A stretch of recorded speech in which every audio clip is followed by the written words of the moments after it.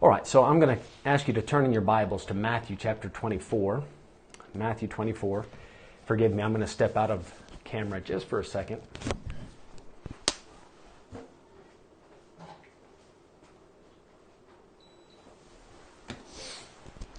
All right. Matthew chapter 24. And you can think of this maybe as a Sunday school lesson, a quick little Bible study. But this is the prophetic word that I wanted to give you for this morning. Matthew chapter 24, verse 23. We'll read just a few verses there.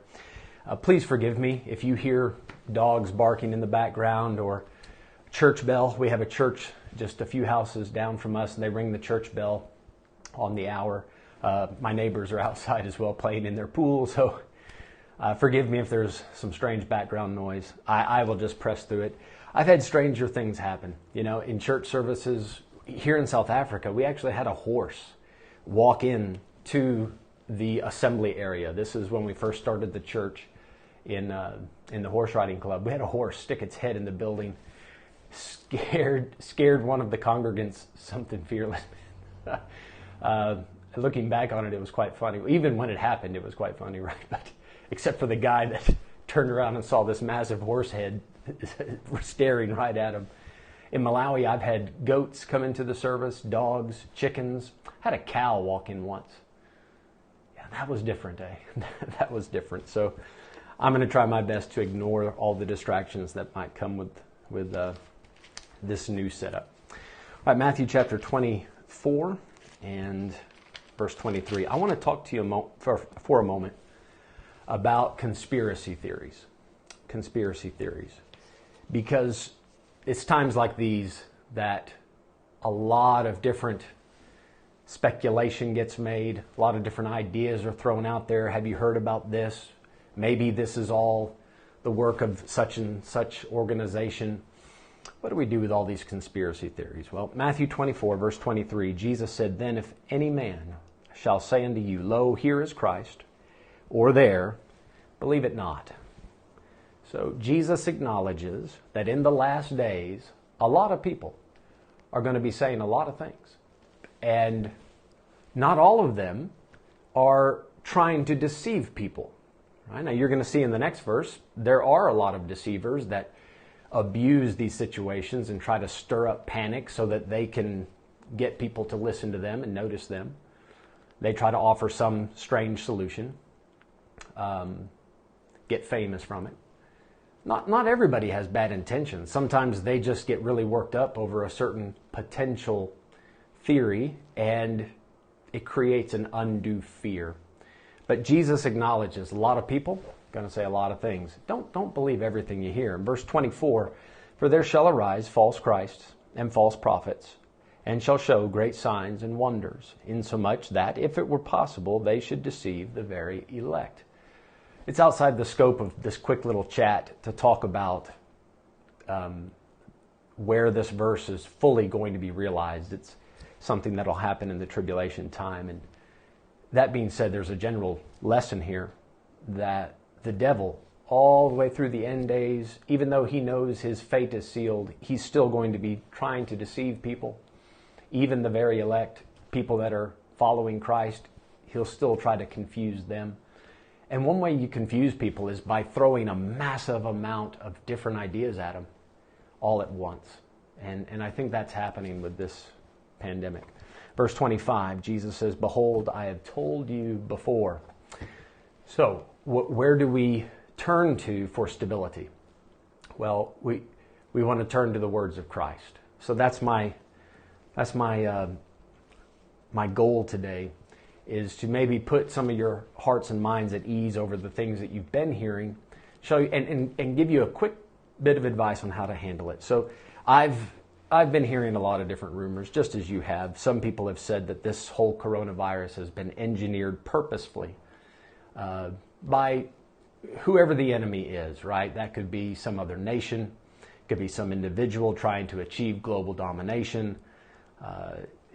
You can plug in. I'm sure you've heard people blame the Chinese, and then the Chinese blamed the American soldiers, and then it just goes. You can bounce this idea around. Maybe it's true. Maybe there is somebody behind it trying to engineer a disease so that they can achieve global domination. But I don't think we would be that surprised by that, would we? And so what if it is true? I'm not sure it would help even if we did get to the bottom of that. But that's one of the theories floating around. Some people have said that this is engineered by the medicine-making people, the chemical engineers and so forth, because they want to force vaccines on everybody, and this is their way of getting that done. So who knows? I've heard that the coronavirus isn't actually a thing, that it's not real, but rather what people are getting sick from is 5G internet radio wave poisoning. I had some articles, or I had a sermon actually sent to me. I listened to most of that, and then I looked up a few things about that. Guys, 5G is a real thing. Radio wave poisoning, radiation, that's a real thing.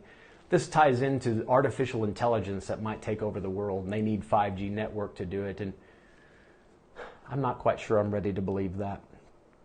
This is my favorite one so far. Somebody sent out an email saying that President Trump has engineered this entire COVID scare because he wanted to lock down the country so that he could arrest various high-profile celebrities, Oprah, Ellen, Tom Hanks, people like that, and then have them taken out while everybody's on lockdown so that it would be a great mystery as to what happened to them.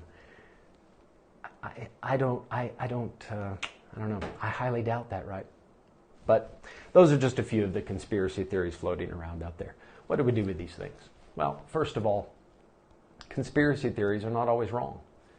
Conspiracies do happen, right? Daniel ended up in a den of lions because of a conspiracy against him.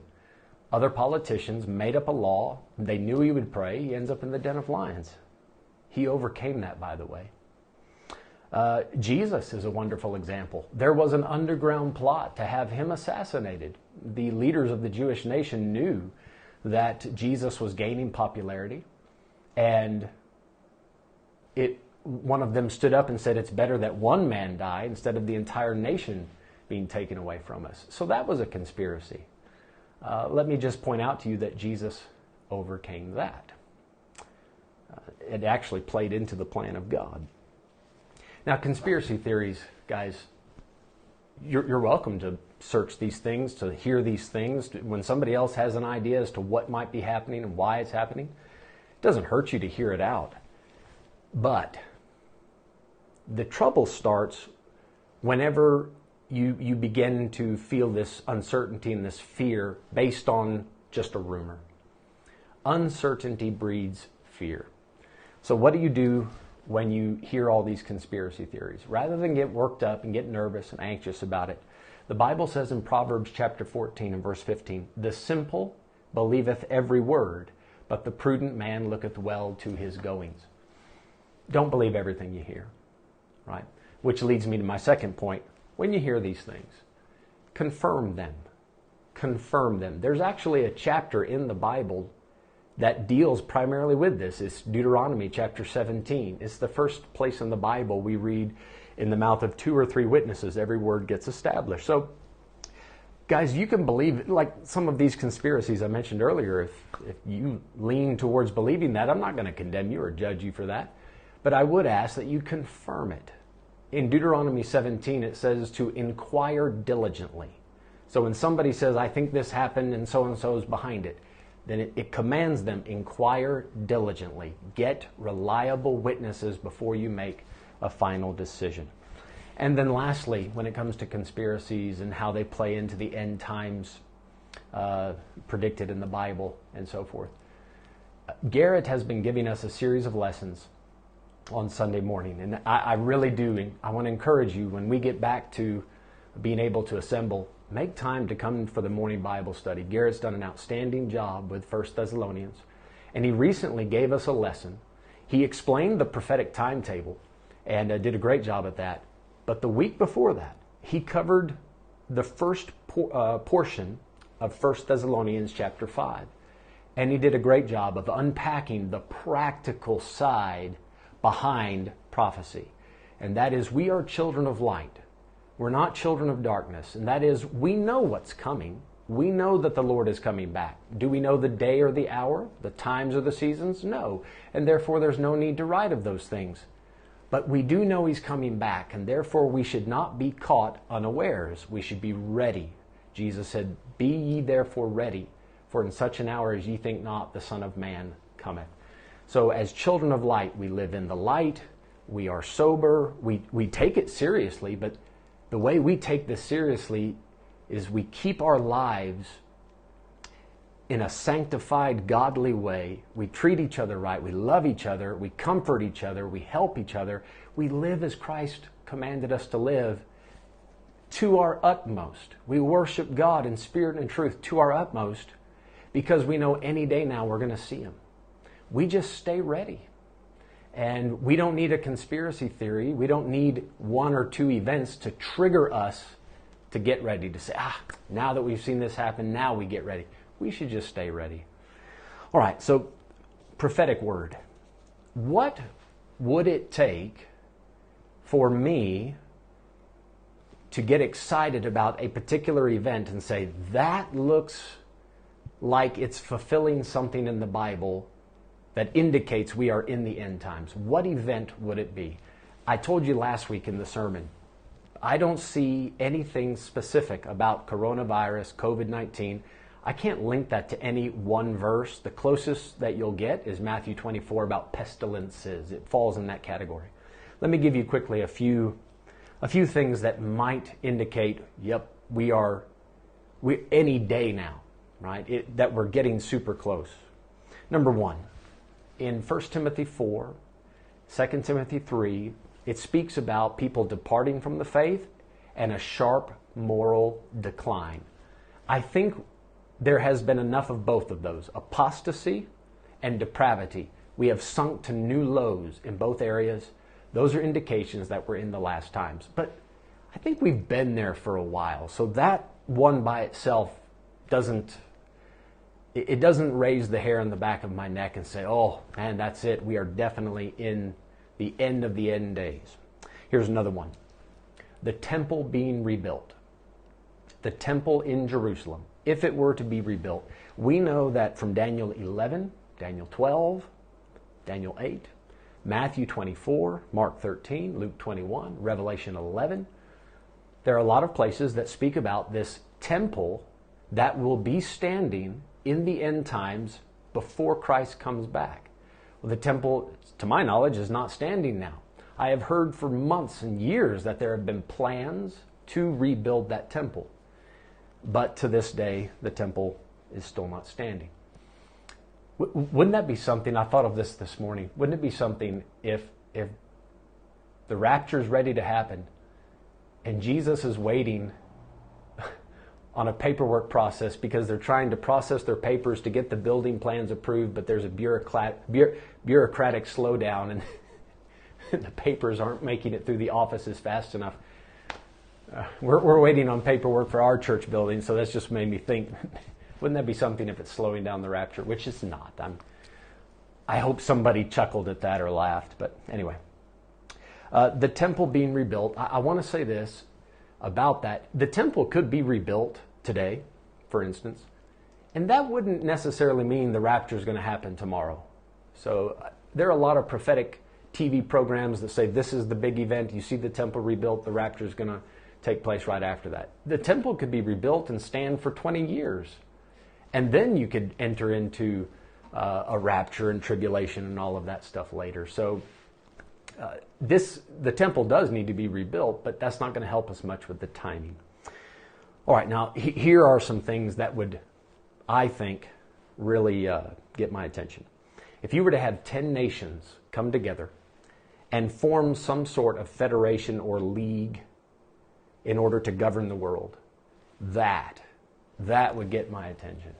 That is something from Daniel 2 and from Daniel 7.